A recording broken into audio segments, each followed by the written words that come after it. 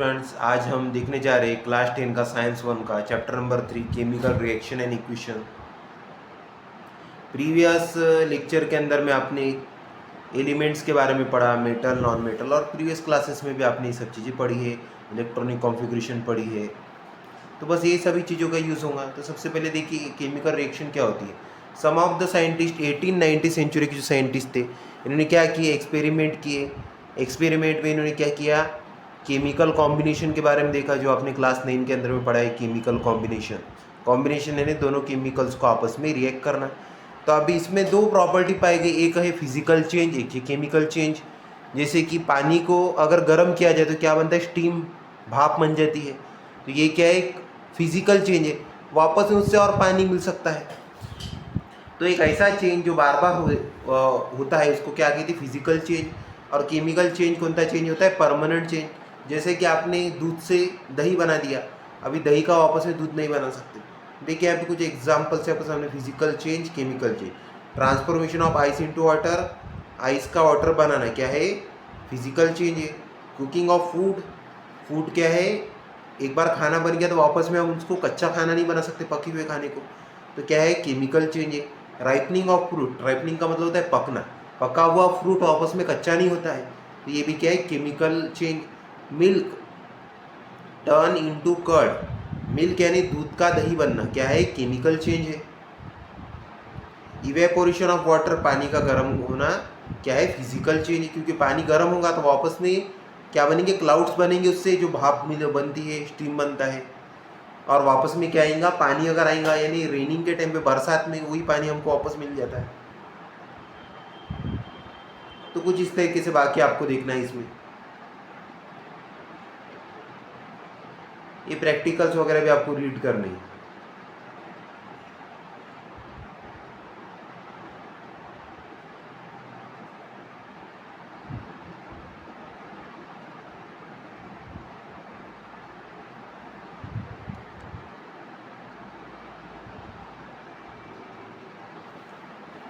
देखिए, अब physical change take place due to change in parameter such as temperature. Physical change कैसे होता है, टेम्परेचर के चेंज होने से, प्रेशर के चेंज होने से।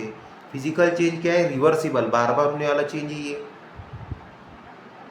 जैसा आइस का कन्वर्ट होना वाटर में ऑन हीटिंग, एक क्या है, फिजिकल चेंज है। To during the process it is called chemical change. Composition, compose का मतलब होता है आपस में मिक्स होना, कॉम्बिनेशन में बोल सकते हैं इसको। Composition of matter change during a process, then called chemical change. Chemical change यानी एक परमानेंट चेंज होता है। मैटर, मैटर तीन प्रकार के, सॉलिड, लिक्विड और गैस, तीनों के बीच में केमिकल रिएक्शन हो सकती है। जब केमिकल रिएक्शन होती है, जब बॉन्ड ब्रेक होता है और एक नया बॉन्ड बनता है, or transferred into new substance by formation of new bond. अभी रिएक्शन में दो चीज़ें होती है, एक होता है रिएक्टेंट्स और एक होता है प्रोडक्ट्स। वो हम अभी रिएक्शंस आने वाली इसमें देखेंगे, रिएक्टेंट प्रोडक्ट्स के बारे में। Formation of carbon dioxide gas by combustion of coal, हम कोल को अगर जलाएंगे तो क्या मिलती है, कार्बन डाइऑक्साइड गैस मिलती है। कार्बन की रिएक्शन होती है ऑक्सीजन के साथ में, कार्बन प्लस ऑक्सीजन। मैं आपको इक्वेशन लिख के बता देता हूँ। देखिए, कार्बन यानी कार्बन को बहुत सारी चीज़ों में, जैसे कि अगर हम कोई कपड़े को भी जलाते हैं तो उसमें भी क्या होता है, कार्बन, और क्या निकलता है, धुआं निकलता है। जो धुआं निकलता है उसको क्या कहते हैं, उसको कहते हैं कार्बन डाइऑक्साइड। देखिए ये जो मैंने C+O2 लिखा, इसको कहते हैं रिएक्टेंट। रिएक्टेंट का होते हैं लेफ्ट हैंड साइड में होते हैं। अब यहाँ पे प्रोडक्ट बन जाता है CO2। जो राइट हैंड साइड में होता है उसको क्या बोलते हैं, हम प्रोडक्ट बोलते हैं। तो रिएक्शन, रिएक्टेंट्स, और ये क्या है, प्रोडक्ट। तो लेफ्ट हैंड में क्या होता है, रिएक्टेंट, राइट हैंड में क्या होता है, प्रोडक्ट होता है, और दोनों के बीच में क्या होता है, एक एरो होता है।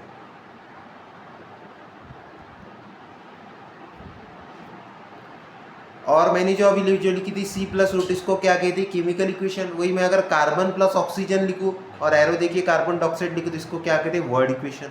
ये भी आपने क्लास 8 में पढ़ ली है। ठीक है, अभी अब ना हमारा जो नेक्स्ट टॉपिक है केमिकल इक्वेशन। केमिकल इक्वेशन क्या होती है, जो केमिकल सिंबल से लिखी जाए, जैसे देखिए आप देख सक रहे होंगे इसमें CuSO4 प्लस Zn, क्या बनता है ZnSO4 प्लस Cu। तो ऐसी इक्वेशन लिखने को क्या बोलते हैं, chemical equation. The equation made by the symbol of element is called chemical equation.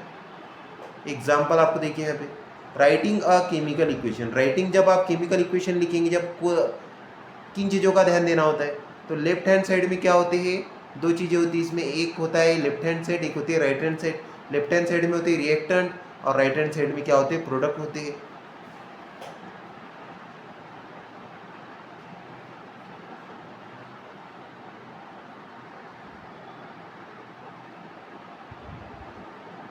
और दोनों के बीच में क्या होता है, एक एरो होता है इंडिकेट करने के लिए।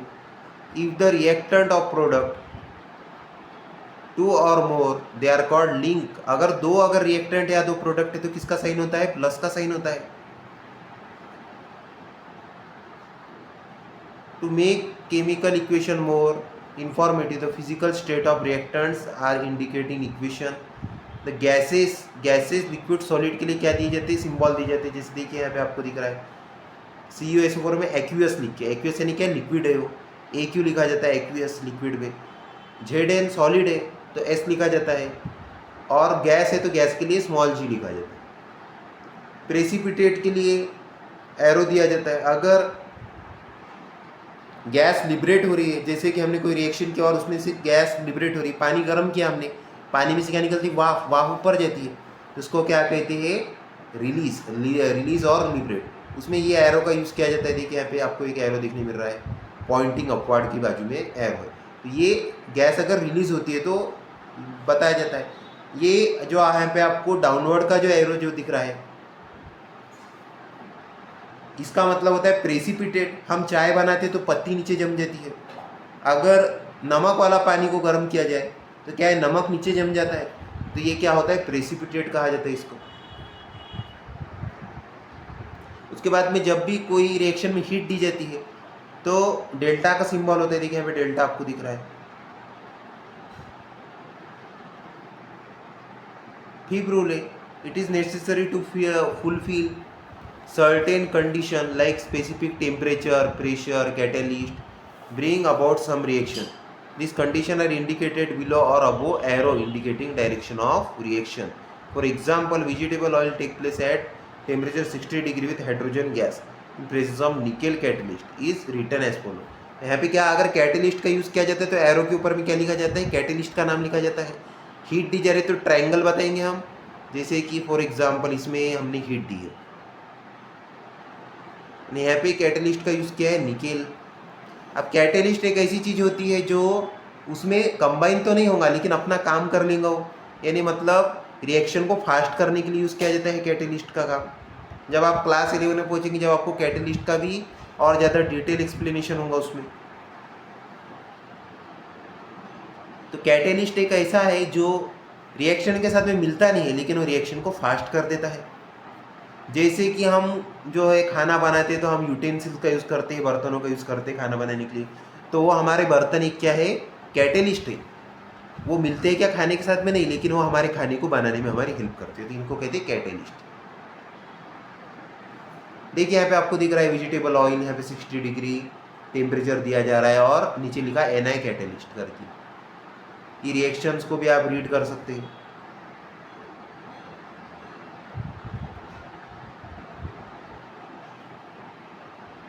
देखिए यहाँ पे कॉम्बिनेशन रिएक्शन में वेट एक जैसा होता है दोनों कांटों में, रिएक्टेंट्स का एक जगह पे वेट बताया कि एक जगह पे प्रोडक्ट का। तो अगर आप कोई भी चीज़ खाना भी बना रहे हैं तो आप जितना उसमें रिएक्टेंट डालेंगे उतना ही आपको क्या मिलता है, प्रोडक्ट मिलता है। इसको लॉ ऑफ कॉम्बिनेशन कहते हैं, ये आपने पढ़ लिया क्लास 9 में। अगला है बैलेंस केमिकल रिएक्शन। देखेंगे भी बैलेंस केमिकल रिएक्शन कैसे होती है। देखिए बैलेंस केमिकल रिएक्शन के लिए आपको ऐसा बॉक्स बनाना पड़ता है, दिख रहा है आपको, डिटेल्स ऑफ इक्वेशन। तो reactants, products, left hand side reactant, right hand side में क्या होते हैं, प्रोडक्ट। नंबर ऑफ एटम्स होते हैं दोनों में, एलिमेंट्स के नाम यहाँ पे सिंबल के थ्रू लिखे हुए AgNO NaCl इस तरीके से। अब देखिए यहाँ पे एक रिएक्शन आपके सामने है, NaOH plus H2SO4, sodium hydroxide की रिएक्शन की जा रही है सल्फ्यूरिक एसिड के साथ में, तो क्या है Na2SO4 प्लस H2। तो यहाँ पे मैं आपको बता देता हूँ, थोड़ा एक्सप्लेन करता हूँ। Na के आगे जिसके आगे कुछ नहीं होता उसके आगे क्या होता है 1, तो Na के पास में क्या है 1, तो रिएक्टर में क्या लिखा गया है 1। O के पास में भी कुछ भी नहीं है तो उसके भी पास में क्या है 1 है। सेकंड यहाँ पे O के पास में क्या है 4 है, तो 1 + 4 कितना होता है 5। तो पूरे रिएक्टर में वो एलिमेंट का एडिशन करना होता है, यहाँ पे 1 वहाँ पे 4, तो क्या बन गया वो 5। H देखिए H के आगे कुछ लिख के था क्या, नहीं, यानी जिसके आगे कुछ लिख के नहीं उसके आगे क्या होता है 1, तो यहाँ पे H के पास भी क्या है 1। और उसकी बाजू में H2SO4 में H के पास में कितने मॉलिक्यूल्स है, इसको मॉलिक्यूल कहते हैं। नंबर ऑफ एटम कहा जाता है, मॉलिक्यूल्स भी कहा जाता है। अगर 1 है तो एटम, 2 है तो मॉलिक्यूल्स। तो यहाँ पे 2 मॉलिक्यूल्स है, देखिए 1 + 2 कितने होते हैं 3। यहाँ पे H के पास में क्या आ गए 3 आ गए। अभी सल्फर अकेला है, सिर्फ एक अकेला सिंगल है, तो क्या लिख दिया हमने 1 लिख दिया। अभी वही रिएक्शन अब क्रॉसिंग की जाती है, यहाँ पे देखिए किस तरीके से क्रॉसिंग होती है।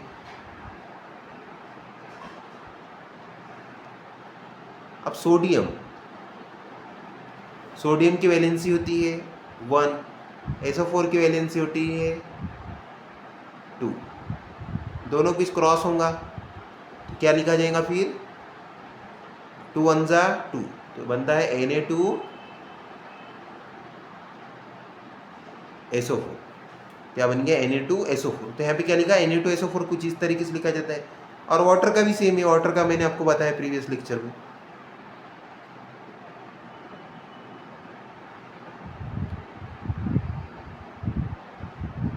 हाँ, तो ये यहाँ पे हो गए रिएक्टेंट्स।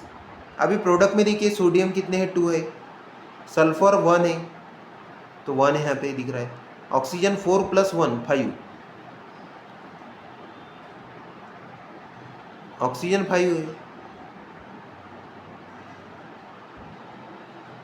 अब ये हाइड्रोजन देखेंगे, हाइड्रोजन बाकी है लिखना, हाइड्रोजन यहाँ पे 2, यहाँ पे क्या लिख दिया गया 2। अब इसको बैलेंस करना है। अब बैलेंस करने के लिए अब हमको एक ऐसा नंबर लगाना है कि जिससे क्या हो सके कि दोनों के जो है रिएक्टेंट्स और प्रोडक्ट्स सेम हमको मिले। हम क्या करेंगे फर्स्ट स्टेप में,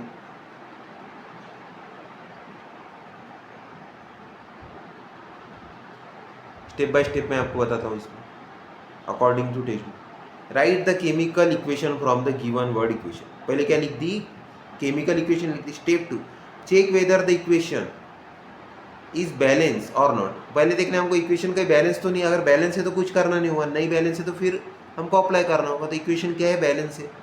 और not by comparing the number of atoms the various element present on 2 side of equation. दोनों भी साइड में क्या है, एलिमेंट्स के सिंबल प्रेजेंट है। थर्ड स्टेप में क्या करना है, it is convenient to start balancing an equation from the compound which contain maximum number of atom। अभी बैलेंस करना शुरू करना है, मैक्सिमम नंबर कहाँ पे है वो देखना है सबसे पहले। Moreover it is convenient to first consider that element in this compound which has unequal number of atoms of 2 set. तो दोनों जगह पे अनइक्वल कौन सा नंबर है, जो अनइक्वल है। तो देखेंगे इसमें अनइक्वल आपको दिख रहा है 5 5। पहले मैं इक्वल बता देता हूँ, दोनों क्या इक्वल है, बाकी क्या है 1 2 3 2 1 1, ये भी दोनों इक्वल। तो हमको अभी ध्यान किस पे देना है, एक Na पे और एक किस पे H पे। तो देखो इन द रिएक्टेंट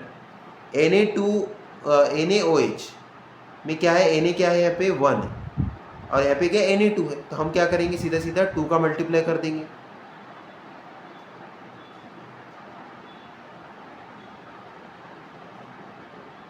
अब 2 का मल्टीप्लाई करना है नहीं, ये पूरी इक्वेशन के फ्रंट में 2 लिख देना होता है। Na के सामने क्या लिख दिया मैंने, 2 लिख दिया। अभी यहाँ पे 2 लिखने में आ चुका है। अभी ये 2 लिखने के बाद Na बन गया 2, Na तो हो गया बैलेंस। अब अगला देखेंगे 1 2 जा,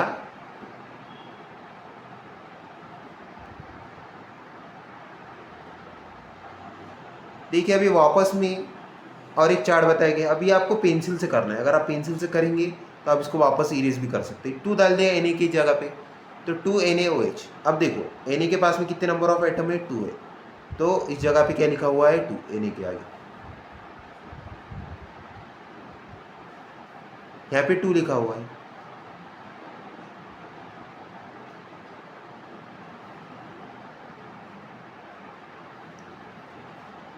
Na2 राइट हैंड साइड में भी Na2 है। अब पहले मैं रिएक्टेंट देख लेता हूँ। अभी देखिए O यहाँ पे सिंगल है, लेकिन 2 उसके सामने है, 2 1 जा 2। तो ये जो 2 यहाँ पे जो दिख रहा है ये पूरे सभी के साथ में मल्टीप्लाई होता है, तो 2 1 जा 2। तो यहाँ पे O कितना है, 2 + 4 6। देखिए O कितना हो गया, 6 हो गया। H 2 1 जा 2, H यहाँ पे क्या है 1 है, यहाँ पे 2 है, तो 2 1 जा 2, और 2 यहाँ पे भी है, 2 + 2 4। तो 4 हाइड्रोजन, सल्फर ओनली सिंगल अकेला है। अब यहाँ पे देख लीजिए Na2 है, सल्फर सिंगल है, सल्फर सिंगल है, सेम हो गया। ऑक्सीजन यहाँ पे 2 है, ऑक्सीजन यहाँ पे 4 है, और यहाँ पे क्या है, ऑक्सीजन 5 है। अभी इसमें अभी और बैलेंस करना पड़ेगा, कोई ना कोई नंबर और इसमें ऐड करना होगा, क्योंकि ऑक्सीजन बैलेंस नहीं है, और हाइड्रोजन यहाँ पे 2 है, और हाइड्रोजन भी क्या है, बैलेंस नहीं। तो अगली नेक्स्ट ट्रिक में अभी क्या करना होता है देखिए। अभी जैसे हमने Na के आगे 2 का मल्टीप्लाई किया था, तो उसी तरीके से H2, तो यहाँ पे 4 है, लेकिन ये बैलेंस करना है 4, तो 2 2 जा 4। तो H2O के भी आगे क्या लगा दिया गया है, 2 लगा दिया गया है। H2O के आगे अगर 2 अगर लग गया, तो देखिए यहाँ पे बॉक्स,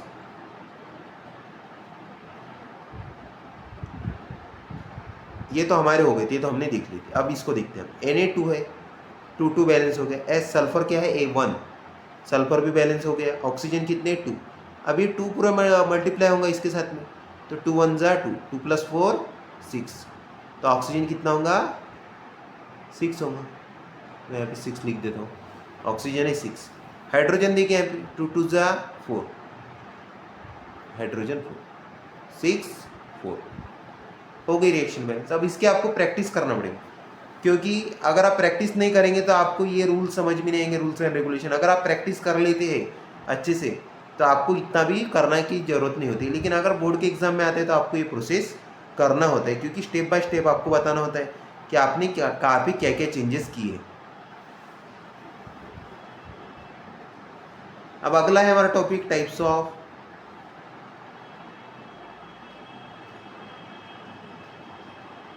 थोड़ा मैं रीड करके बता देता हूँ। In this way balance equation obtain from the unbalance equation. Balance equation हमको मिल गई by applying proper factor to appropriate reactant पर product so as to balance the number of each element. अब ये मैं लेक्चर इसका दूसरा बना रहा हूँ, यही लेक्चर को मैं इसके पहले भी पढ़ा चुका हूँ, ये वो भी वीडियो मेरे अपलोडेड है। अगर आपको इसमें इतना डिटेल में नहीं समझ में आ रहा है तो मैंने बाय बोर्ड भी पूरा डिटेल में पढ़ा है, आप उसको भी देख सकते हैं।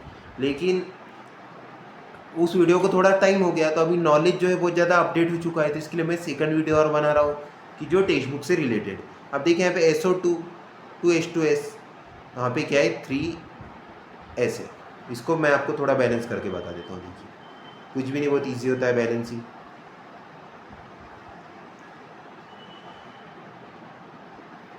देखिए यहाँ पे सल्फर कितना है, 1 है, यहाँ पे सल्फर कितना है, 3 है।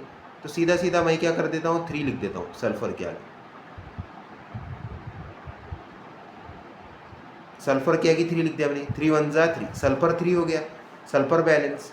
3 2 जा 6। ऑक्सीजन कितना है यहाँ पे, ऑक्सीजन यहाँ पे 2 1 जा 2 2 है, और यहाँ पे ऑक्सीजन कितना है, 3 है। तो मुझे इसको 6 करना होगा।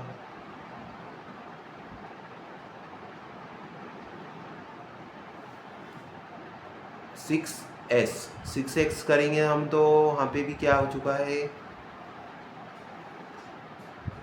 3H2O, 3 2 जा 6। 1 मिनट, मैं बाजू का सल्फर नहीं देखा था। देखिए यहाँ पे भी सल्फर है, यहाँ पे भी सल्फर है, तो सल्फर एक तो है, तो यहाँ पे क्या लगाऊंगा मैं, 2 लगाऊंगा। तो सल्फर के पास में कितना आ गया, 2 2 1 जा 2, 2 + 1 3, सल्फर बैलेंस हो गया, 2 2 जा 4। तो ऑक्सीजन भी यहाँ पे 2 1 जा 2, ऑक्सीजन यहाँ पे कितना है, 2 है। अभी हम ऑक्सीजन को भी बैलेंस करेंगे, तो 2 से यहाँ पे ऑक्सीजन क्या हो गया 4 हो चुका है। अभी देखेंगे यहाँ पे 2H2S, अभी यहाँ पे और 2 है तो 2S प्लस S कितना हो जाता है 3S। तो यहाँ पे हमको बैलेंस करने की जरूरत ही नहीं है। पहले सबसे पहले आपको क्या देखना है कि दोनों इक्वेशन बैलेंस है क्या आपस में, उसके बिना आपको जो है ट्राई करना नहीं है। देखिए यहाँ पे 1S 2S, तो 1 + 2 कितना होता है 3S, 3S ऑलरेडी है, ऑक्सीजन 2 है, 2 1 जा 2, हाइड्रोजन 2 2 जा 4, 2 2 जा 4। तो ये जो इक्वेशन है ऑलरेडी बैलेंस देखी थी। अगर आप बैलेंस इक्वेशन में कुछ करेंगे तो वो अनबैलेंस हो जाएंगी। तो आपको बैलेंस इक्वेशन में कुछ भी करना नहीं है, ओनली एज इट इज जैसी है उसको वैसे रहने देना है। तो ये ऑलरेडी बैलेंस इक्वेशन थी, तो ये चीज़ ध्यान देनी की है। देखिए type of chemical reaction, chemical reaction are classified into the following 4 types in accordance. तो 4 टाइप्स में डिवाइड की गई केमिकल रिएक्शन। पहले combination reaction, 2 reactants combine together to form a single product is called combination reaction. ये definition आपको याद रखना है। 2 रिएक्टेंट्स आपस में कंबाइन होते हैं और एक क्या मिलता है, प्रोडक्ट मिलता है। देखिए यहाँ पे आपको दिख रहा है अमोनिया NH3 + HCl, तो क्या बन गया NH4Cl, 2 Mg + O2 2 MgO। तो 2 रिएक्टेंट्स आपस में मिक्स होते हैं तो क्या बनता है, एक प्रोडक्ट मिलता है। और यहाँ पे आपको 14 नंबर में हीट निकलती हुई दिख रही है, तो ये हीट को आपको ध्यान देना नहीं, अलग है। हीट का मतलब होता है एक्सोथर्मी। अगर रिएक्शन में अगर हीट अगर निकलती तो इस रिएक्शन के 2 नाम है, एक इसको कॉम्बिनेशन रिएक्शन भी कहते हैं, और जो जिसमें प्रोडक्ट में हीट हो, अभी कैल्शियम हाइड्रोक्साइड का जो पार्ट आपको राइट हैंड साइड में दिख रहा है इसको प्रोडक्ट कहते हैं। तो प्रोडक्ट में अगर हीट है तो इसको कहते हैं एक्सोथर्मिक। एक्सो का मतलब होता है बाहर, बाहर हीट का फेंकना, थर्मिक का मतलब होता है हीट, बाहर की हीट। तो क्या है एक्सोथर्मिक, इसके 2 नाम है। इसको क्या कहेंगे हम, कॉम्बिनेशन भी कहेंगे और एक्सोथर्मिक भी कहेंगे। अब देखिए व्हेन 2 और more reactant combine in a reaction to form single product it is called combination reaction. ये इसकी डेफिनेशन। डिकम्पोजिशन रिएक्शन देखिए, the breaking down of a single product into 2 और more, the breaking down of a reactant into, और एक बार बोलो मैं, the breaking down of a single reactant into 2 और more products is called decomposition reaction. एक reactant है उसको ब्रेक डाउन किया जाता है 2 या 2 से ज़्यादा हिस्से में उसको डिवाइड किया जाता है, इसको क्या कहते हैं, डिकम्पोजिशन रिएक्शन। देखिए यहाँ पे लिख के जो reaction in which there is only one reactant giving rise to 2 और more products is called decomposition reaction. आप ये भी लर्न कर सकते हैं। राइज का मतलब होता है उठना, रिएक्टेंट गिविंग वन, रिएक्टेंट क्या होगा, उठेगा, तो किस में कन्वर्ट हो जाएगा, 2 और मोर प्रोडक्ट्स। देखिए यहाँ पे दिख रहे हैं आपको 2 प्रोडक्ट दिख रहे हैं। यहाँ पे देखिए हीट दी गई कैल्शियम कार्बोनेट को, कैल्शियम कार्बोनेट को हीट दी गई तो लाइम वाटर है ये। यहाँ पे जो वाटर है लाइम वाटर का मतलब होता है कैल्शियम हाइड्रोक्साइड। तो यहाँ पे आपको क्या दिख रहे हैं, बबल्स देखने मिल रहे हैं। तो ये बबल्स किसके हैं, ये बबल्स है कार्बन डाइऑक्साइड के, और यहाँ पे क्या बन चुका है, कैल्शियम ऑक्साइड, और कार्बन डाइऑक्साइड गैस रिलीज हो गई। तो देखिए CaCO3 को डिकम्पोजिशन किया तो क्या बना, CaO, कैल्शियम ऑक्साइड जो सॉलिड फॉर्म में है, और कैल्शियम ऑक्साइड कहाँ पे बना है, हीट देने के बाद में इधर ही बना है जो आपको दिख रहा है बर्निंग की तरफ। कैल्शियम ऑक्साइड बन गया और कार्बन डाइऑक्साइड गैस रिलीज हो गई वहाँ से। इस तरीके से आप कैल्शियम कार्बोनेट को जब हीट देते हैं तो क्या मिलता है आपको, कैल्शियम ऑक्साइड मिलता है। 2H2O, वाटर को हीट देते हैं तो क्या मिलता है, वाटर तो रहता है लेकिन ऑक्सीजन गैस लिबरेट होती है उसमें से।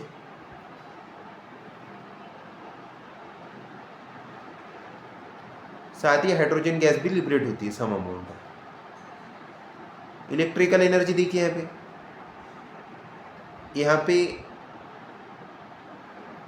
वाटर को डिकम्पोज किया जा रहा है बाय द इलेक्ट्रोलाइसिस प्रोसेस से, यानी इलेक्ट्रिसिटी से। इलेक्ट्रिसिटी अगर पानी में डाल दी जाए तो तब भी क्या होता है, इसका डिकम्पोजिशन होता है।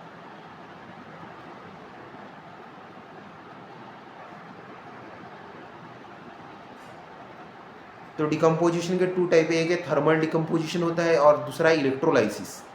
इलेक्ट्रोलाइसिस यानी इलेक्ट्रिसिटी से, और थर्मल यानी हीट से। यहाँ पे डेफिनेशन आपको देखिए, the chemical reaction in which 2 और more products are form from a single reactant is called decomposition reaction. आप ये भी लर्न कर सकते हैं, ये ईजी है पहले से। एक केमिकल रिएक्शन में दो या दो से ज़्यादा प्रोडक्ट बनाए जाते हैं एक सिंगल रिएक्टेंट से। ऐसे the chemical reaction in which a single reactant break down into two और more products is called decomposition reaction. ये भी बन सकती है इसकी डेफिनेशन। अगला है डिस्प्लेसमेंट रिएक्शन। डिस्प्लेसमेंट रिएक्शन होती है रिएक्टिविटी बेस्ड रिएक्शन। अब इसमें होती है रिएक्टिविटी।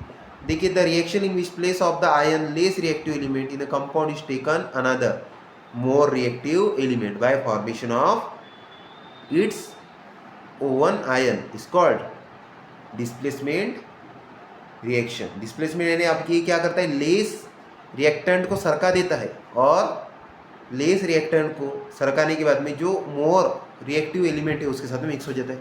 इसके लिए मैं एक स्टोरी बोल देता हूँ आपको ध्यान में रखने के लिए। देखिए, ए बी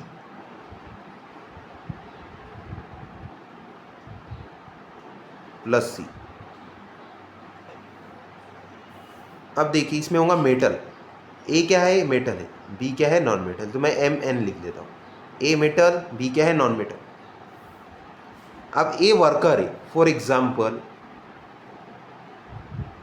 ए है सोनू। अब सोनू काम कम करता है, बी है मालक। अब सी ताकतवर है, अच्छा खासा काम अच्छा खासा करता है। अब ये बी के मालक को पता चल गया है कि सी के पास में ताकत ज़्यादा है और मैंने जो ए रखा हुआ है उसके पास में ताकत कम है। तो क्या करेगा, झट से बोलेगा कि सी मेरे तरफ में आ जा और ए को निकाल देगा जॉब से। तो क्या बन गया यहाँ पे, सी बी प्लस ए। यानी बी मालक था, ए कमजोर है, उसको पता है। दो है इसमें, ए क्या है, लेस रिएक्टिव, बी क्या है, मोर रिएक्टिव, ज़्यादा ताकतवर। तो बी ने क्या किया, ए को लात मार दी और सी को अपने पास में रख लिया। तो इस तरीके से क्या बन गया, C B plus A separate हो गया। तो इस तरीके से लेस रिएक्टिव सरक जाता है और मोर रिएक्टिव उसकी जगह लग जाता है। इसको कहते हैं सिंगल डिस्प्लेसमेंट रिएक्शन। अब इसके बाद में डबल डिस्प्लेसमेंट रिएक्शन भी आएंगे। और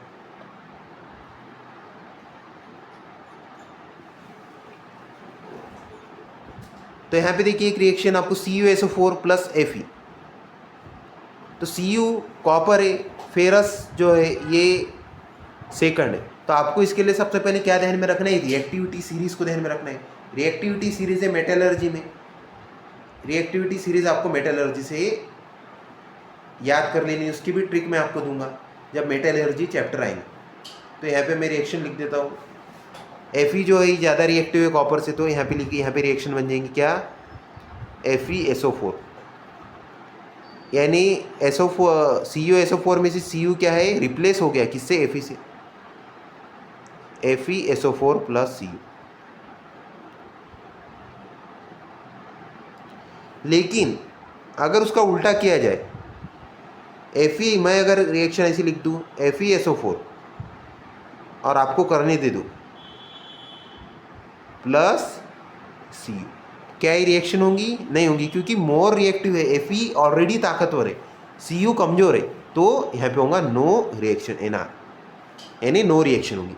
तो इसके लिए रिएक्टिविटी सीरीज आपको याद करना बहुत ज़्यादा जरूरी है।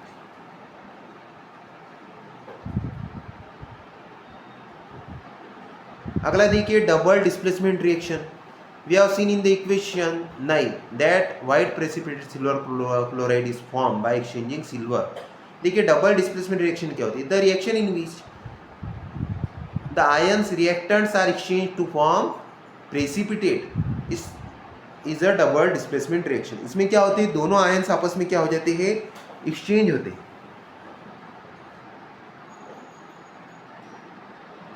Endothermic exothermic process reaction. अब यहाँ पे एग्जांपल्स देख रहा हूँ मैं कि डबल डिस्प्लेसमेंट के एग्जांपल्स है क्या। डबल डिस्प्लेसमेंट के एग्जांपल तो नहीं दिख रहे, लेकिन मैं एक एग्जांपल आपको करके बता देता हूँ। यहाँ पे देखिए, अगर कोई कंपाउंड है AB,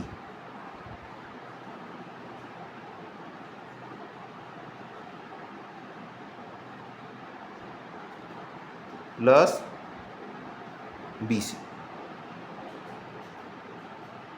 AB प्लस CD, दो कंपाउंड के आपस में रिएक्शन की गई। दोनों कंपाउंड में से A क्या है हमारा, मेटल है, ये याद रखना है। B क्या है, नॉन मेटल है। C क्या है, मेटल है। D क्या है, नॉन मेटल। अब ध्यान में आपको ये रखना है, मेटल की रिएक्शन नॉन मेटल के साथ में, हाइड्रोजन की रिएक्शन ऑक्सीजन के साथ में। तो मेटल की रिएक्शन किसके साथ में होगी? Non metal. तो क्या बनेगा यहाँ पे? ए की रिएक्शन होगी नॉन मेटल डी के साथ में। यहाँ पे क्या बन जाएगा? A D. और बी नॉन मेटल की रिएक्शन होंगी मेटल सी के साथ में, B C, A D B C. कुछ इस तरीके से डबल डिस्प्लेसमेंट रिएक्शन।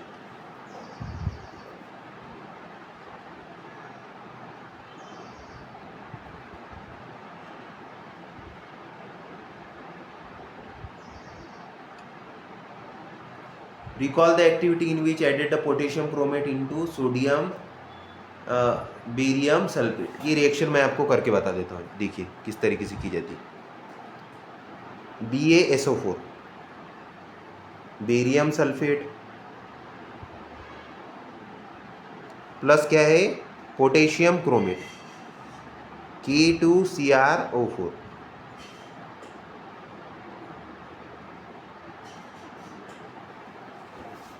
देखिए BaSO4 बेरियम के पास में होती है, 2 की वैलेंसी होती है।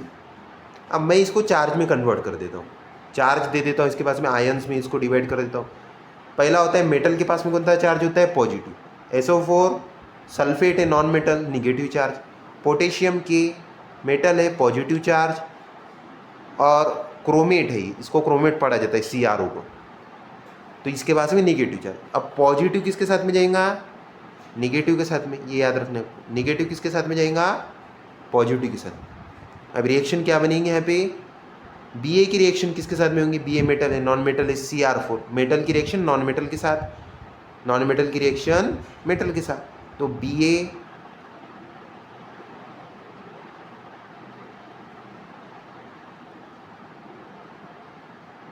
CrO4 plus K2SO4। देखिए इस तरीके से रिप्लेस हो गया और बन गई reaction barium chromate plus potassium sulphate. तो इजी तरीका है डबल डिस्प्लेसमेंट रिएक्शन, कोई बहुत ज़्यादा डिफिकल्ट चीज़ नहीं है। देखिए एंडोथर्मिक एक्सोथर्मिक रिएक्शन। एंडोथर्मिक का, एंडो का मतलब होता है अंदर, थर्मिक का मतलब होता है हीट, अंदर हीट का आना, इसको क्या कहते हैं? एंडोथर्मिक। अब बाहर बहुत धूप है, अब आपने खिड़की खुली रख दी, अंदर गर्मी आ गई, हीट आ गई, धूप अंदर आ गई, तो क्या हो गया? एंडोथर्मिक। अब अंदर अगर जो है फॉर एग्जाम्पल अंदर का नहीं, अंदर कोई मतलब एक खुली है जहाँ पे कचरा जलाया गया। अब कचरा जल रहा था, कचरा जलाने के बाद में बाहर का मस्त टेम्परेचर अच्छा था, कूलिंग था, शाम का टाइमिंग है, पूरा ठंडा वातावरण है। आपने क्या किया? एक कोई रूम था, वहाँ पे खिड़की थी, वहाँ पे कचरा जला दिया और खिड़की खोल दी, तो अंदर की गर्मी कहाँ जाने लगी? बाहर। तो अंदर की गर्मी कहाँ जाने लगी? बाहर। तो बाहर की गर्मी अगर अंदर आती है तो क्या होगा? एंडोथर्मिक। और अंदर की गर्मी बाहर जाती है तो क्या होगा? एक्सोथर्मिक। एक्सो का मतलब क्या होता है? बाहर, थर्मिक गर्मी, बाहर गर्मी जाना एक्सोथर्मिक, अंदर गर्मी आना एंडोथर्मिक। ये आपको याद रखना। तो मैं इसकी डेफिनेशन बोल देता हूँ। The reaction in which heat is absorb is called endothermic process or endothermic reaction, while the reaction in which the heat is released is called exothermic process or exothermic reaction। अगर heat absorb होती है तो endothermic, heat release होती है बाहर जाती है तो एक्सोथर्मिक।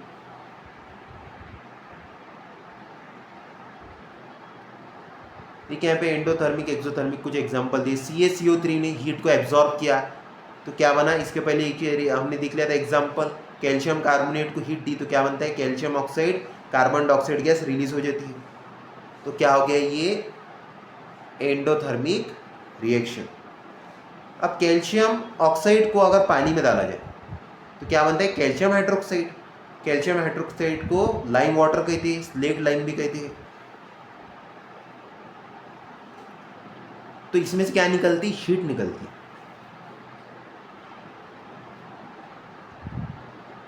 अब आपके सामने मेरे पास में एक सवाल है। एक तवा है, इसमें हमने रोटी बनाई, रोटी बनाने के बाद में आपने एक ऑब्जर्व किया होगा बहुत बार, कोई भी गर्म तपीली है चाय की या कोई तवा है गर्म, उसमें जब आप पानी डालते हैं तो क्या निकलता है? आपको वाप निकलने लगती है। तो ये वाप निकल रही है, यानी हीट बाहर जा रही है, तो इसको कौन सी रिएक्शन कहेंगे? हम एक्सोथर्मिक रिएक्शन कहेंगे। अब आपने पानी रखा गैस पे, उसको हीट दी पानी को, पानी गर्म हुआ तो पानी ने क्या किया, हीट को एब्जॉर्ब किया, तो इसको क्या कहेंगे, एंडोथर्मिक रिएक्शन। ये मैं आपको डेली लाइफ के भी एग्जांपल दे दिया। अब देखो रेट ऑफ केमिकल रिएक्शन, ये इंपॉर्टेंट टॉपिक से, rate of chemical reaction.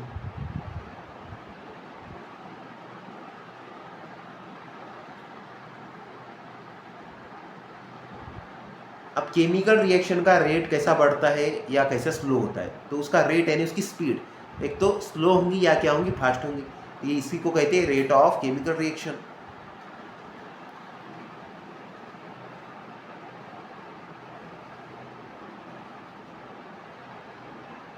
It can be seen from the above example that some reaction are completed in short time. कुछ क्या होते हैं शॉर्ट टाइम, यानी कुछ जल्दी खत्म होते हैं।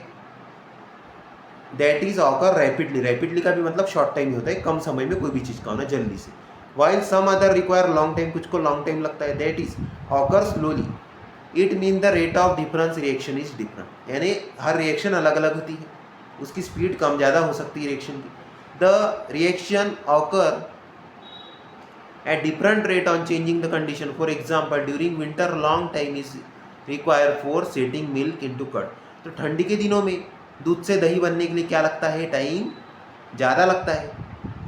और while at higher temperature during summer, और गर्मी के दिनों में वही दूध से दही जल्दी बन जाता है, क्योंकि जो बैक्टीरिया है उसमें कि वो गर्मी में बैक्टीरिया की ग्रोथ ज़्यादा जल्दी से होती है और ठंडी में बैक्टीरिया की ग्रोथ स्लोली होती है।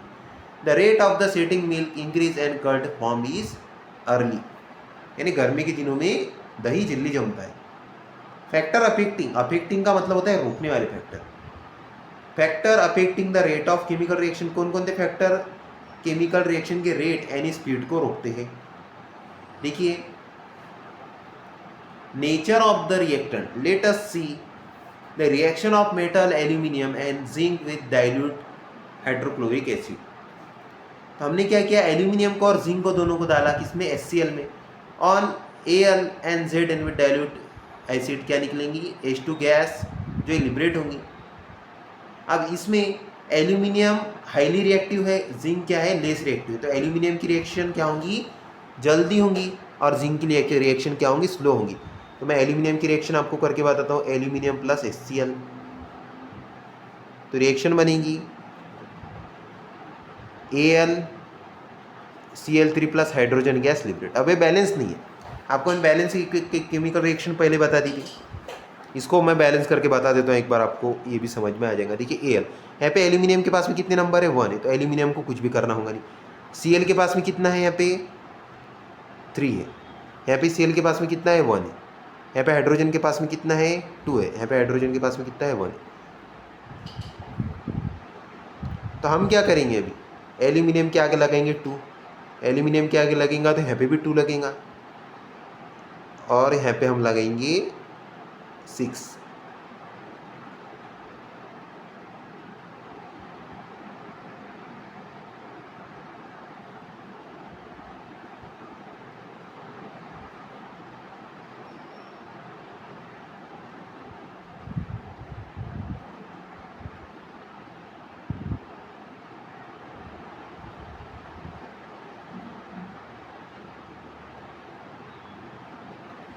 दोनों का प्लस करेंगे, तो यहाँ पे लगा दूंगा मैं 3। अब मैं आपको एक बार बताता हूँ क्या हमने क्या सही किया है या गलत। देखिए, एल्यूमिनियम के पास में 2 इलेक्ट्रॉन है, मतलब 2 नंबर ऑफ एटम है, तो यहाँ पे भी 2 है, 2 1 जा 2, एल्यूमिनियम के पास में 2 है। वैसे H के पास में क्या है, 6 1 जा 6 है, 3 2 जा 6, H भी बैलेंस हो गया। क्लोरीन के पास में देखिए 6 1 जा 6, 2 3 जा 6, इस तरीके से बैलेंस हो गया। ऐसी जिंक की होती है, तो जिंक की रिएक्शन होंगी हाइड्रोक्लोरिक एसिड यानी HCl के साथ में, एसिड के साथ में, तो बनेगा जिंक क्लोराइड और हाइड्रोजन गैस लिबरेट। तो केमिकल रिएक्शन फास्ट होंगी किसकी, AL की। देखिए AL यानी aluminium, aluminium is more reactive than Zn, तो एल्यूमिनियम की रिएक्शन क्या होंगी, जल्दी होंगी, जिंक की रिएक्शन जल्दी नहीं होंगी। तो आपको समझ में आता है कि reaction is directly proportional to the reactivity. अगर रिएक्टिविटी ज़्यादा है, मोर रिएक्टिव एलिमेंट के साथ में रिएक्शन क्या होंगी, फास्ट, लेस रिएक्टिव एलिमेंट के साथ में रिएक्शन क्या होंगी, स्लो। साइज ऑफ पार्टिकल भी मैटर करता है। अगर पार्टिकल का साइज अगर छोटा है, जैसे कि मैं 2 चीज़ें लूँ, एक मैं ले लूँ पाउडर, यहाँ पे मैं लिख देता हूँ P,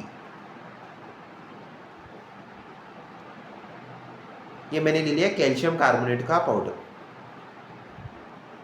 एक जगह पे मैं लूँगा स्टोन, ये कैल्शियम कार्बोनेट का स्टोन। तो देखिए साइज, इसका साइज कम है तो यहाँ पे रिएक्शन क्या होगी, फास्ट। तो मैं लिखता हूँ यहाँ पे एफ। यहाँ का साइज बड़ा है तो यहाँ पे रिएक्शन क्या होगी, स्लो। तो यहाँ पे भी एक चीज बोल सकते हैं हम, size is inversely proportional to the reaction. Size लिखता हूं मैं, size inversely proportional to reaction. अब ये मैंने क्यों लिखा, इसका रीजन क्या है, साइज अगर बड़ा है, अगर साइज जो है बड़ा है तो रिएक्शन क्या होगी, छोटी यानी स्लो। या अगर साइज बड़ा है तो रिएक्शन क्या होगी, स्लो। साइज छोटा है तो रिएक्शन क्या होगी, फास्ट। ये आपको ध्यान रखना है। अगर बड़ा है साइज तो क्या रिएक्शन होगी, स्लो। इसके लिए मैंने इनवर्स प्रोपोर्शनल लगाया। डायरेक्ट लगाता था तो साइज बड़ा है तो रिएक्शन फास्ट, साइज छोटी है तो रिएक्शन स्लो। इसके लिए इनवर्स प्रोपोर्शन में ध्यान रखना है। Size is inversely proportional to the reaction. तो साइज मैटर करती है इसमें, रिएक्शन में। साइज अगर क्या है, छोटी है तो रिएक्शन क्या होगी, जल्दी, फास्ट। और साइज अगर बड़ा है तो रिएक्शन क्या होगी, स्लो। concentration of reactants,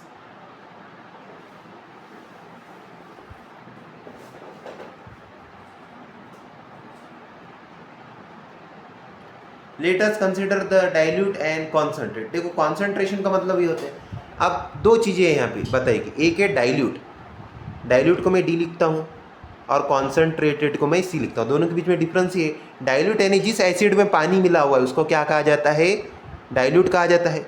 और जिसमें पानी नहीं है, जो प्योर है, उसको क्या कहा जाता है, कॉन्सेंट्रेट। अब जो पानी मिला हुआ डाइल्यूट एसिड है, इसमें रिएक्शन क्या होंगी, स्लो। और कॉन्सेंट्रेट में रिएक्शन क्या होंगी, फास्ट। ये आपको समझना है। तो DSCF ये याद रखना है आपको। डाइल्यूट में रिएक्शन क्या होती है, स्लो। कॉन्सेंट्रेटेड में से रिएक्शन क्या होती है, fast. Temperature of reaction, decomposition reaction carried decomposition of limestone. Lime water does not turn milky before heating the stone। तो जब तक जो लाइम वाटर था वो वाइट कलर का नहीं होता है, जैसे उसमें कार्बन डाइऑक्साइड जाता है वैसे वो क्या हो जाता है, वाइट कलर का हो जाता है। क्योंकि कार्बन डाइऑक्साइड जाने की वजह से कैल्शियम हाइड्रोक्साइड में जब कार्बन डाइऑक्साइड जाता है तो बन जाता है कैल्शियम कार्बोनेट। मैं एक बार बता देता हूँ आपको थोड़ा लिख के, देखिए कैल्शियम कार्बोनेट को मैं हीट दूंगा तो क्या बनेगा, CaO प्लस CO2। अब जैसे इसके पहले का पाइप था, पाइप में रखा हमने, थोड़ा बैक आपको बता के आ जाता हूँ आपको बताने के लिए।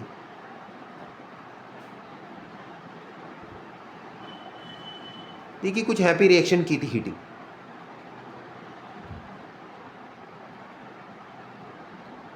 अब ये क्या है, कैल्शियम कार्बोनेट,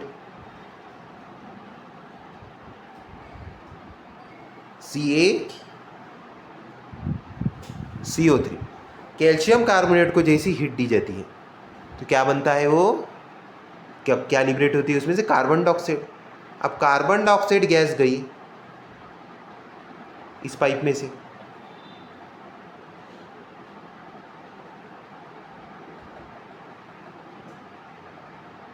लाइम वाटर में। लाइम वाटर का फॉर्मूला क्या होता है, कैल्शियम हाइड्रोक्साइड इज CaOH/2।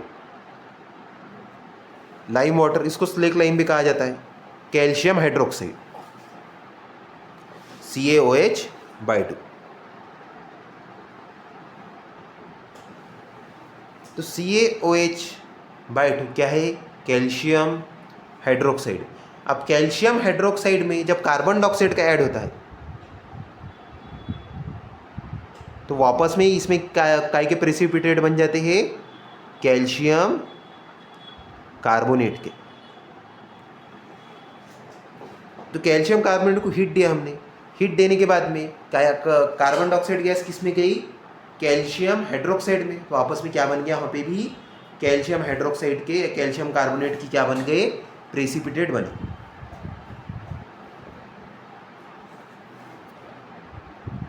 अगर और भी आपको अगर इसमें कोई डाउट है तो आप मुझे पूछ सकते हैं।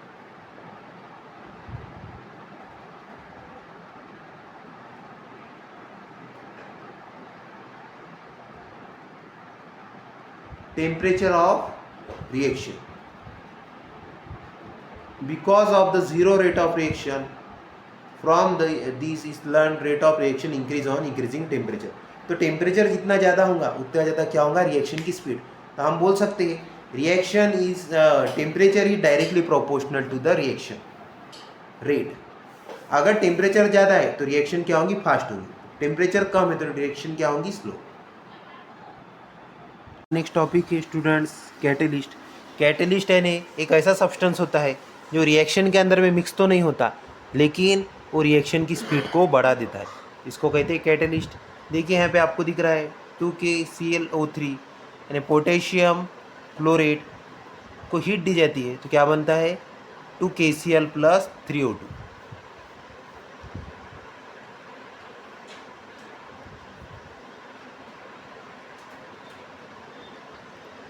अब इसमें कैटेलिस्ट का यूज़ किया गया है। देखिए KClO3 को डिकम्पोज करने के लिए rapidly in presence of manganese dioxide to liberate O2 gas. तो मैंगनीज डाइऑक्साइड क्या है यहाँ पे, वैसे एरो पे बताया जाता है कैटेलिस्ट, जो आपको थर्मल रिएक्शन का ट्रायंगल दिख रहा है वहाँ पे भी लिखा हुआ होता है। तो यहाँ पे डेफिनेशन आपको देखिए, the substance in whose presence the rate of chemical reaction increases without causing any change. कोई भी चेंज नहीं होता है और रिएक्शन का रेट क्या मतलब स्पीड क्या है, बढ़ जाती है, इसको कहते हैं कैटेलिस्ट। देखिए अब हमारा नेक्स्ट टॉपिक है ऑक्सीडेशन एंड रिडक्शन। ऑक्सीडेशन का मतलब होता है the addition of oxygen is called oxidation while removing of hydrogen and losing the charge और डोनेट द चार्ज। जैसे ऑक्सीडेशन में ऑक्सीजन ऐड होता है। अब कोई जैसे कि यहाँ पे आपको दिख रहा है 2 Mg + O2 यानी ऑक्सीजन ऐड हुआ है, इसको क्या कहते हैं, एडिशन ऑफ ऑक्सीजन। यानी ऑक्सीजन अगर ऐड होता है तो ऐसी रिएक्शन को ऑक्सीडेशन रिएक्शन कहा जाता है।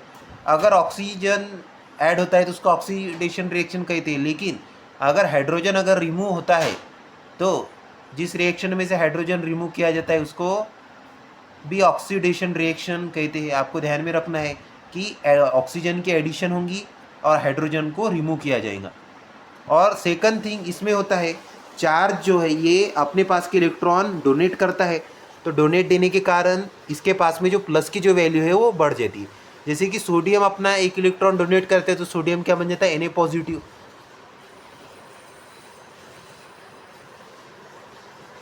सोडियम ने अपना 1 इलेक्ट्रॉन डोनेट किया तो सोडियम के पास में कौन सा चार्ज आ गया, Na पॉजिटिव। अब ये Na पॉजिटिव क्या है, इसको क्या कहेंगे, ऑक्सीडेशन। Na डोनेट करना इलेक्ट्रॉन्स को। यहाँ पे आपके सामने डेफिनेशन भी देखिए, the chemical reaction in reactant combines with oxygen और लूजेस हाइड्रोजन।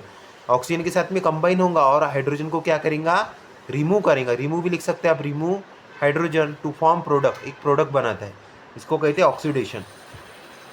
अब यहाँ पे एक एग्जाम्पल है आपके सामने, इथाइल अल्कोहल की रिएक्शन होती है इन प्रेजेंस ऑफ पोटेशियम डाइक्रोमेट और सल्फ्यूरिक एसिड। ये इसमें कैटेलिस्ट का काम करेंगे। ऑब्लिक दिया है तो दोनों में से कोई भी एक का यूज़ होगा। CH3COOH क्या बनता है, एसिटिक एसिड बनता है। देखिए अभी कुछ रिएक्शंस है आपके सामने और FeSO4। यहाँ पे देखिए फेरस फेरिक। अब फेरस ने क्या किया, अपना 1 इलेक्ट्रॉन डोनेट किया तो उसके पास में चार्ज कितने का आ गया, +1 का चार्ज बढ़ गया उसके पास में। तो फेरस से क्या बन गया, फेरिक। इसको क्या कहते हैं, ऑक्सीडेशन।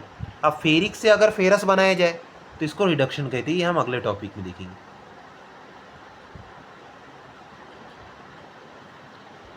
रिडक्शन का कोई स्पेशल टॉपिक नहीं है यहाँ पे। अभी रिडक्शन के बारे में मैं आपको बता देता हूँ। देखिए रिडक्शन में होता है एडिशन ऑफ हाइड्रोजन। अगर हाइड्रोजन की एडिशन होंगी और ऑक्सीजन को रिमूव किया जाएगा, बस सेम ही है। आपको जो ऑक्सीडेशन की जो डेफिनेशन है बस उसमें आपको क्या डालना है, addition of hydrogen and removing of oxygen is called reduction reaction. और रिडक्शन रिएक्शन में क्या होगा, इलेक्ट्रॉन को एक्सेप्ट करेगा। तो जैसा पहले फेरस से क्या बन रहा है, फेरिक, यानी उसके पास में क्या हो गया, प्लस का चार्ज बढ़ गया, इलेक्ट्रॉन उसने डोनेट किया तो उसके पास में प्लस का चार्ज बढ़ गया।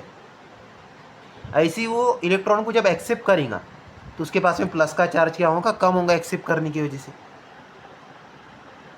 तो Fe3 जब रिडक्शन करेंगे हम फेरिक का तो क्या बनेगा, फेरस बन जाएगा।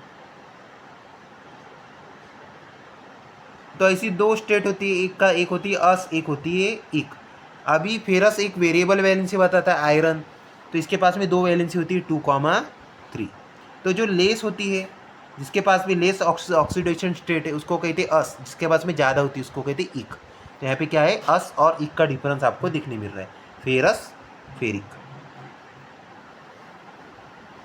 ठीक है, यहाँ पे एक रिडक्शन रिएक्शन आपको दिखने मिल रही है CuO+H2। तो कॉपर के अंदर से किसको रिमूव कर दिया हमने, कॉपर ऑक्साइड में से। कॉपर ऑक्साइड एक क्या है, कॉपर मेटल है, और ऑक्सीजन मेटल ऑक्साइड। तो हमने क्या किया, ऑक्सीडाइजिंग एजेंट भी होता है ये, जो जिसके पास में ऑक्सीजन है उसको ऑक्सीडाइजिंग एजेंट कहा जाता है, जिसके पास में हाइड्रोजन है उसको क्या कहा जाता है, रिड्यूसिंग एजेंट। तो हमने क्या किया, कॉपर ऑक्साइड में हाइड्रोजन की एडिशन की, तो कॉपर ऑक्साइड से ऑक्सीजन हट गया, तो कॉपर ऑक्साइड का क्या हुआ है यहाँ पे, कॉपर ऑक्साइड में से ऑक्सीजन हटना यानी रिमूविंग ऑफ ऑक्सीजन क्या होता है, रिडक्शन। ये रिडक्शन रिएक्शन का एक एग्जांपल है।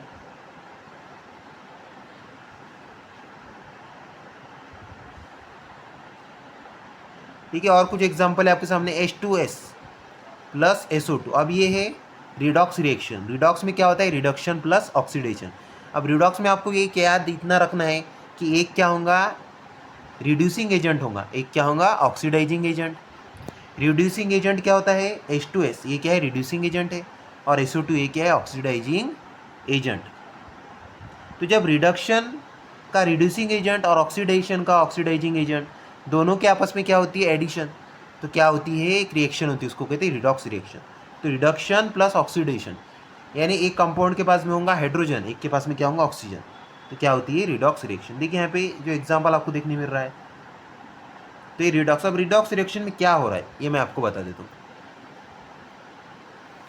अभी जैसे कि H2S है, तो H2S से H2S का क्या हुआ, ऑक्सीडेशन, क्योंकि S से क्या हो गया, हाइड्रोजन हट गया, तो रिमूविंग ऑफ हाइड्रोजन, तो सल्फर का क्या हुआ है, प्रोडक्ट में ऑक्सीडेशन हुआ है। और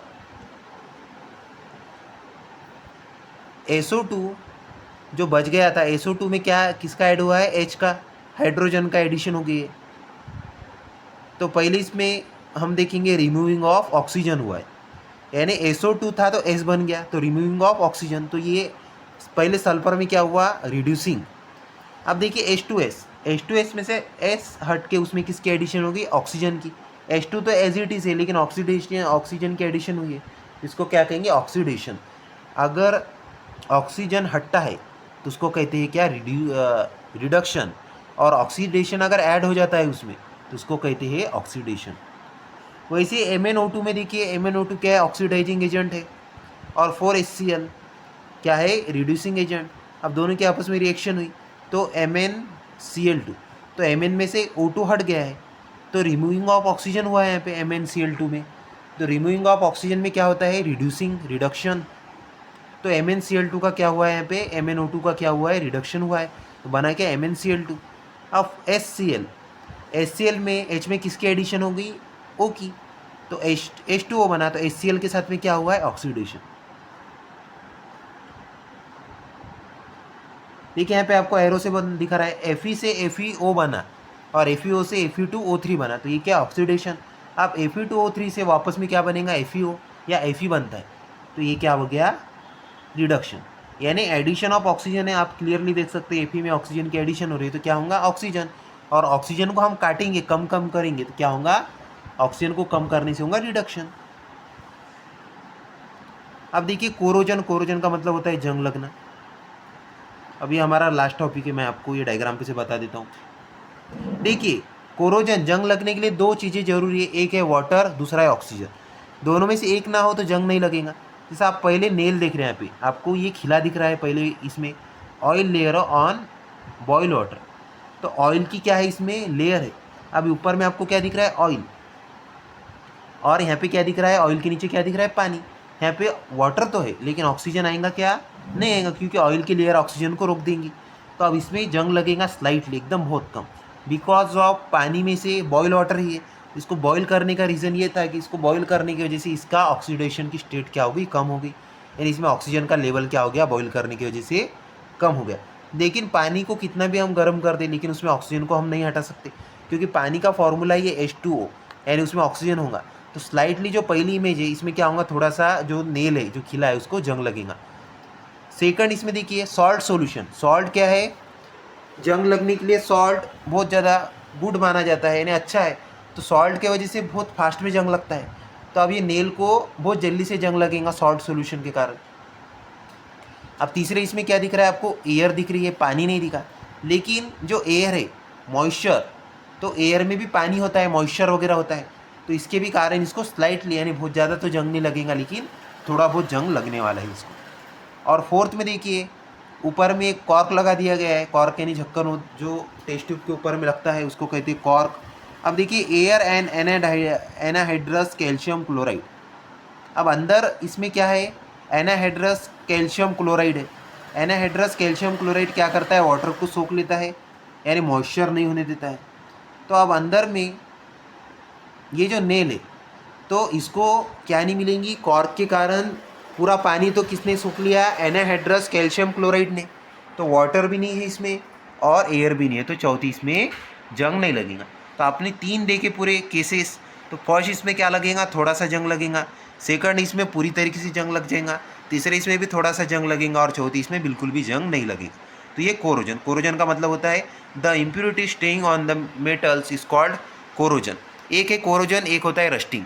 कोनते भी मेटल के ऊपर में जो जंग लगता है उसको कहते हैं कोरोजन, यानी जंग लगना। और जो लोहा होता है आयरन, तो आयरन के ऊपर में जो जंग लगता है उसको कहते हैं रस्टिंग। तो अब यहाँ पे देखिए आपको इलेक्ट्रॉन का कुछ तो भी इसके अंदर में चेंजिंग दिखाया गया, Fe से Fe2 पॉजिटिव, यानी इसने इलेक्ट्रॉन को क्या किया, लूज किया। और धीरे धीरे इक्वेशन क्या होती गई, ये चेंज होती गई। तो Fe2O3, देखिए यहाँ पे Fe2O3, तो जैसे जैसे फेरस का ऑक्सीडेशन बढ़ा वैसे वैसे उसको क्या लग गया, जंग लगना शुरू हो गया। तो आपको इसमें ऑक्सीडेशन के बारे में ध्यान रखना है। Fe में क्या लगा, ऑक्सीडेशन स्टेट बढ़ी, तो Fe से क्या बना, Fe2 पॉजिटिव, 2 इलेक्ट्रॉन उसने छोड़ दिए। फिर oxygen plus 4 electron 4H positive plus 4 electron, plus electron का मतलब होता है उसने इलेक्ट्रॉन क्या किए, डोनेट कर दिए, दान कर दिए, दे दिए। तो यहाँ पे हाइड्रोजन से 4 इलेक्ट्रॉन रिलीज़ हो गए, तो क्या बन गया, वाटर बन गया। इस तरीके से फेरस में क्या बन जाता है, फिर धीरे धीरे मॉइस्चर लगता है, और मॉइस्चर लगने से और इसकी ऑक्सीडेशन स्टेट बढ़ जाती है, तो Fe2 से क्या हो जाता है, Fe3 बन जाता है। Fe3 में और रिएक्शन होती है वाटर की, और बन जाता है Fe2O3.H2O। तो ये बन गया रस्ट का फॉर्मूला, जो आप देख रहे हैं Fe2O3.H2O, ये बन गया रस्ट। इस तरीके से लोहे को जंग लगता है। अब डायरेक्ट जंग लग जाता है कि लोहे को नहीं, सबसे पहले उसके पास में क्या होगा, वो अपनी जो है इलेक्ट्रॉन को लूज़ कर देगा। Fe से क्या आएगा, Fe2 पॉजिटिव, 2 इलेक्ट्रॉन को लूज़ किया उसने। अब धीरे धीरे ऑक्सीजन में क्या बनेगा, मॉइस्चर आएगा। मॉइस्चर के कारण फिर हाइड्रोजन की रिएक्शन होगी किसके साथ में, ऑक्सीजन के साथ में, तो मॉइस्चर लग जाएगा फेरस को। मॉइस्चर लगने के बाद में फेरस क्या करेगा, अपने ऑक्सीडेशन स्टेट को और बढ़ाएगा, Fe2 से Fe3 हो जाएगा। Fe3 के बाद में उसमें वाटर की रिएक्शन होगी, तो वाटर की रिएक्शन होने के बाद बन जाता है Fe2O3.H2। इस तरीके से लोहे को जंग लगता है। अब ये रेंसिडिटी, अब जो खाना होता है वो भी ऑक्सीडेशन करता है। जो खाना अगर हम खुला खाना अगर रख देते हैं तो ये खाने के अंदर में ऑक्सीजन ऐड हो जाता है और ये फूड जो है रेंसिड हो जाता है। रेंसिड का मतलब होता है ख़राब होना, और उसमें स्मेल आना शुरू हो जाती है। इस स्मेल को कहते हैं रेंसिडिटी। तो इस तरीके से खाना वगैरह ख़राब हो जाता है। इसके लिए एंटीऑक्सीडेंट्स का यूज़ किया जाता है। उसके बाद में खाने को गर्म किया जाता है या उसको फ्रिज में रखा जाता है। फ्रिज में बैक्टीरिया जो होते हैं वो जल्दी ग्रोथ नहीं हो पाते। तो रेंसिडिटी का मतलब ये है कि जो ऑयल है या घी है, फूड स्टफ है, खाना, इसमें ऑक्सीजन क्या हो जाता है, स्टोर हो जाता है, एब्जॉर्ब हो जाता है और एक स्मेल आती है, तो इसको कहते हैं rancidity. If food is cooked in such oil it taste also changes. When oil or ghee is left aside for a long time, for fried food is left aside long time, it undergoes air oxidation and become rancid. Rancidity in the food stuff cooked in oil or ghee is prevented by using antioxidants. Antioxidants का use किया जाता है। अब antioxidants के use के अंदर में antioxidants होते हैं, शुगर है, सॉल्ट है, ये एंटीऑक्सीडेंट है। अब आपने देखा होगा चूड़ा जो होता है ये बहुत दिनों तक रहता है, मिठाई वगैरह ये भी बहुत दिनों तक टिक के रहती है, जो मीठी चीज़ें होती है। तो इसका रीज़न ये है कि जो सॉल्ट और शुगर है ये एंटीऑक्सीडेंट है, ये खाने को प्रिजर्व करके रखते हैं और इनको प्रिजर्वेटिव्स भी कहा जाता है। The process of oxidation reaction of food stuff can also be slowed bye storing it air tight container. Air tight container में इसको रखा जाता है, जिसके कारण एयर इसको नहीं लगेंगी, एयर नहीं लगेंगी तो ऑक्सीजन भी ऐड नहीं होगा। तो इस तरीके से ये थी हमारी रेंसिडिटी और ये लास्ट टॉपिक था। आई होप आपको लेक्चर समझ में आया होगा। अब इसके एक्सरसाइज में अगर आपको कोई डाउट है तो आप मुझे कमेंट सेक्शन में पूछ सकते हो। Thanks for watching the video. Like share and subscribe the channel.